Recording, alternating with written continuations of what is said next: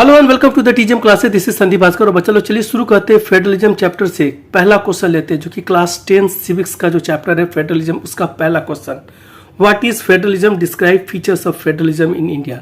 मतलब फेडरलिज्म क्या है और इसके क्या क्या फीचर्स हैं वो हमें बताना है। तो सबसे पहले तो इसके मीनिंग को समझते हैं। मीनिंग क्या है ना, इसके डेफिनेशन को हम लोग समझते हैं। Federalism is a system of government in which the power is divided between central and state authorities and various constituent of the country।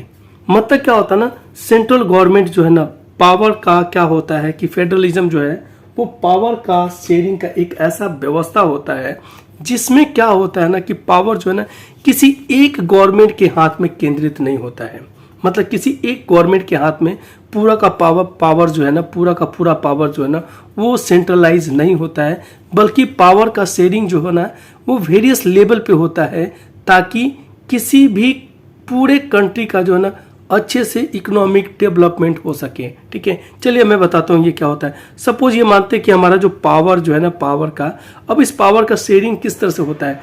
कुछ तो स्टेट गवर्नमेंट के तौर पे, फिर सेंट्रल गवर्नमेंट के तौर पे होता है, और फिर जो है ना वो लोकल लेवल के गवर्नमेंट पे पावर का डिवीजन होता है। यानी कि अब मैं इसको आपको बताता हूँ कि चलिए ये रहा मेरा इंडिया।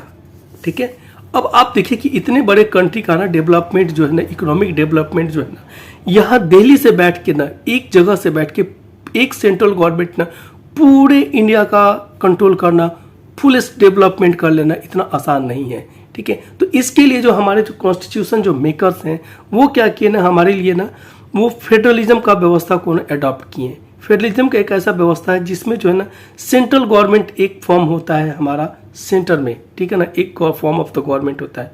अब ये सेंट्रल गवर्नमेंट ने अपने पावर को किसके साथ शेयर की है, अपने पावर को वो स्टेट गवर्नमेंट के साथ शेयर की है। ठीक है ना, अब स्टेट गवर्नमेंट जो है वो पता है कि स्टेट गवर्नमेंट को जो भी काम कराना है वो स्टेट गवर्नमेंट काम करेगी, अपने क्षेत्र का, अपने स्टेट के गवर्नमेंट का। अब स्टेट गवर्नमेंट के लिए भी पॉसिबल नहीं है कि वो एक एक गांव का डेवलपमेंट करे। ठीक है ना, एक एक गांव के, उसके लिए ना वहाँ पे क्या है, सबसे अच्छा उसके बेस्ट जज कौन होते हैं जो कि डेवलपमेंट, गांव का डेवलपमेंट करा सकते हैं, एक पंचायत का डेवलपमेंट करवा सकते हैं। उसके लिए ना बेस्ट जज होता है उसका वहाँ का पंचायत, वहाँ लोकल लोग। तो फिर उसके लिए ना सेंट्रल स्टेट गवर्नमेंट जो है ना वो किसके साथ अपना पावर शेयर की, वो है लोकल बॉडी गवर्नमेंट के साथ। ठीक है ना, यानी कि पंचायत का या म्यूनिसिपल कॉरपोरेशन का साथ। तो इस तरह से हम देखते हैं कि पावर का डिवीजन जो है ना इंडिया में वो कितने तरह से हो जाता है।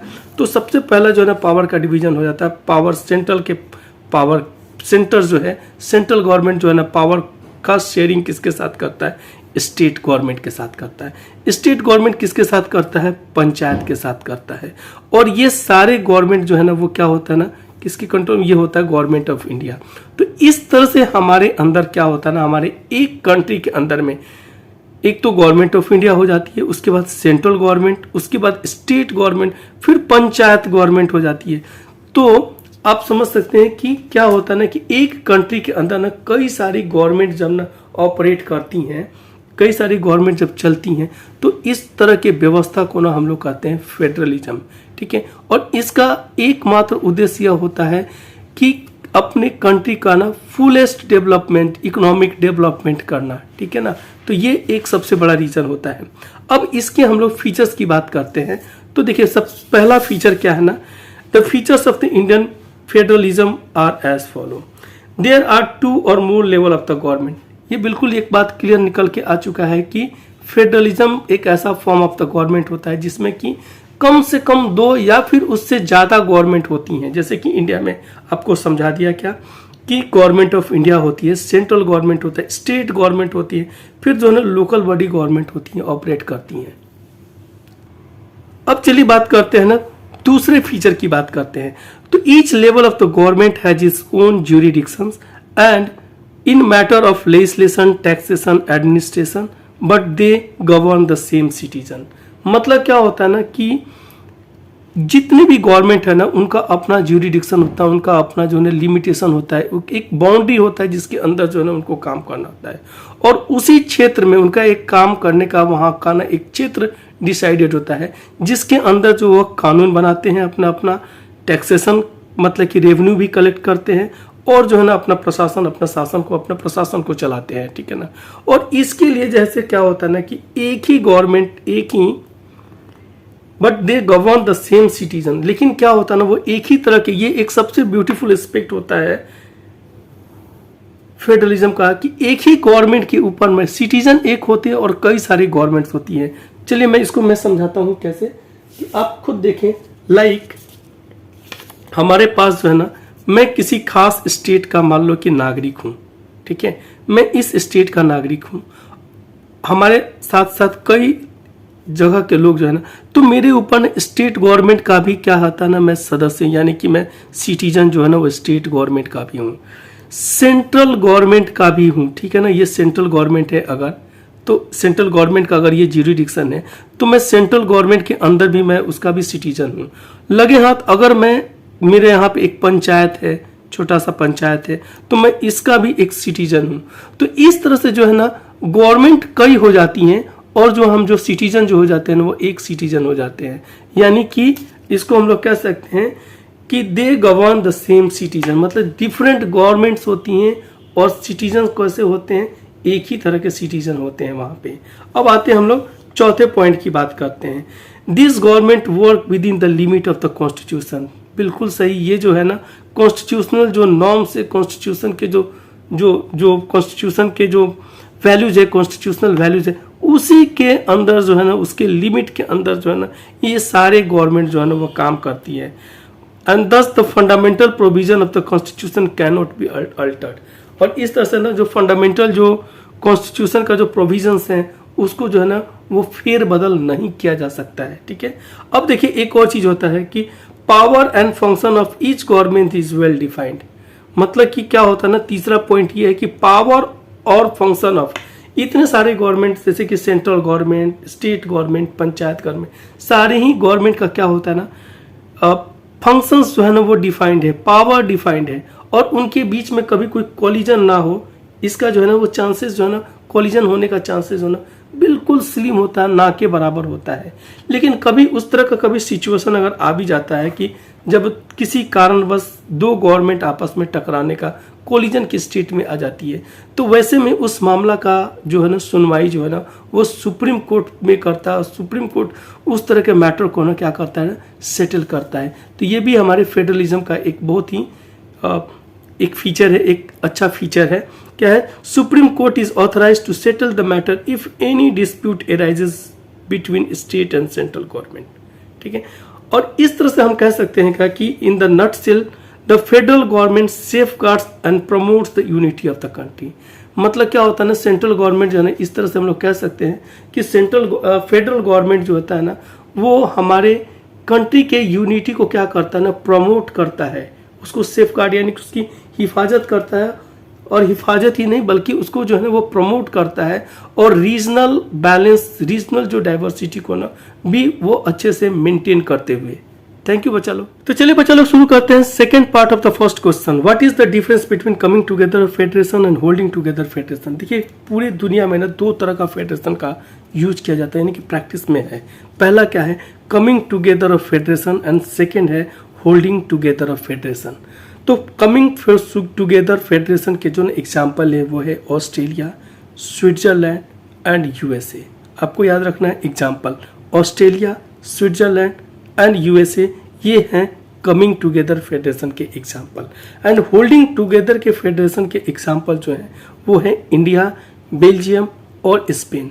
अब जो है ना हमें इसको कैसे डेवलप करना है इसके बारे में थोड़ा सा समझते हैं, क्या है कि कमिंग टुगेदर ऑफ फेडरेशन क्या है and holding together of federation क्या है। तो देखिए बच्चा लोग क्या है ना, मान लेते हैं थोड़ी देर के लिए, मान लेते हैं कि ये एक कंट्री है समझने के लिए, और इसके आसपास ये छोटी छोटी कंट्रीज हैं, ठीक है ना, ये छोटे छोटे जो कंट्रीज हैं इसके आसपास हैं। अब जो है ना ये अपने आइडेंटिटी को सेव करते हुए ये कंट्री कई बार क्या किए ना, ऐसा हिस्ट्री रहा है कि ये लोग जो है ना क्या किए ना कि इसके साथ मर्जर हो गया, बड़े यूनिट के साथ जो है ना ये इनका कोलैबोरेशन हो गया, मर्जर हो गया। इससे इनको क्या फ़ायदा हो गया, इनका जो है ना सिक्योरिटी को, अपने सिक्योरिटी को ना इनहेंस कर ले, यानी कि उसको सिक्योरिटी को इंक्रीज कर लिए ये लोग। सेकेंड चीज़ ना अपने आइडेंटिटी को भी ये लोग क्या किए ना, आइडेंटिटी को भी आइडेंटिटी को भी ये लोग अपने बचा लिए, ठीक है ना। और इस तरह से एक बड़े पार्ट का जो है ना, एक बड़ा पार्ट का, एक बड़े यूनिट का ये पार्ट बन जाते हैं। तो इस तरह का जो फेडरेशन होता है, यानी कि इसको बोलते हैं कमिंग टुगेदर ऑफ फेडरेशन। याद रखिए कि ये सारे जो है ना इंडिपेंडेंट कंट्रीज हैं, ठीक है ना, इंडिपेंडेंट स्टेट्स हैं। और ये इंडिपेंडेंट स्टेट क्या हो गया ना, एक बड़े कंट्री के साथ क्या हो गया ना, ये मिल गए और इस तरह से ये बन जाता है कमिंग टुगेदर ऑफ फेडरेशन। अब जो है ना होल्डिंग टुगेदर ऑफ फेडरेशन क्या होता है कि कंट्री ऑलरेडी पहले से ही बड़ा है, ठीक है। और इसमें जो है ना, उसमें क्या होता है ना, कंट्री को जो है ना सेंट्रल गवर्नमेंट जो है ना इस कंट्री को कई भाग में, कई स्टेट में उसको डिवाइड कर देती है ताकि बेटर गवर्नेंस हो सके, अच्छा सा इकोनॉमिक डेवलपमेंट हो के पूरे एरिया का फुलेस्ट डेवलपमेंट हो सके। इसलिए किया गया क्या ना कि उसको जो है ना कंट्री को क्या किया गया, पूरे कंट्री को छोटे छोटे स्टेट में बांट दिया गया। और इस तरह का जब गवर्नेंस होता है, इस तरह का जब फेडरलिज्म जो होता है ना, इसको कहते हैं holding together federalism. Holding together federalism इसको कहते हैं, ठीक है। अब ये बात बिल्कुल क्लियर हो चुका है हम लोग को। अब हम लोग इसके बारे में आते हैं, इसको कैसे डेवलप करेंगे। तो coming together federation is a form of federalism in which independent states come together on their own to form bigger unit by pooling sovereignty and retaining identity to increase their security, ठीक है। मतलब क्या हो गया ना, मैं फिर से पढ़ दे रहा हूँ इसको। Coming together federation is a form of federation in which independent states come together on their own. मतलब अपने मर्जी से ना क्या होता है ना कि छोटे छोटे जो कंट्री जो है ना, इंडिपेंडेंट जो स्टेट्स होते हैं, वो क्या हो जाते हैं ना बड़े यूनिट के साथ, बड़े कंट्री के साथ जो है ना, वो क्या होता है ना अपने सोवरेनिटी को पुल करते हुए, सोवरेनिटी को बचाते हुए और अपने आइडेंटिटी को बचाते हुए क्या करते हैं ना, उनके साथ वो मर्ज हो जाते हैं, ठीक है। और इस तरह से क्या होता है ना, अपने कंट्री का सिक्योरिटी जो ना, अपने स्टेट का सिक्योरिटी को ना इंक्रीज कर लेते हैं। तो इस तरह के फेडरेशन को क्या कहते हैं, coming together of federation. Second है होल्डिंग टुगेदर ऑफ फेडरेशन। क्या होता है, देखिए holding together of federation, in holding together federation a large country decides to divide its power between constituent states and national government for better governance। मतलब अच्छे से governance हो, अच्छे गवर्नमेंट के लिए क्या होता है ना, गवर्नेंस के लिए क्या होता है ना, एक बड़ा कंट्री जो होता है ना, वो क्या करता है ना अपने पावर को ना छोटे छोटे स्टेट्स में उसको जो है ना डिवाइड कर देता है, पूरे कंट्री को छोटे छोटे स्टेट्स में डिवाइड करके, और उनके साथ जो है ना वो क्या करता है ना पावर को शेयर करता है, ठीक है। और सेकेंड में इसको जो है ना हम लोग एग्जाम्पल भी दे सकते हैं। The coming together federation is practiced in USA, Switzerland and Australia, whereas India, Spain and Belgium are the example of holding together federation. Thank you bachalo for watching my video.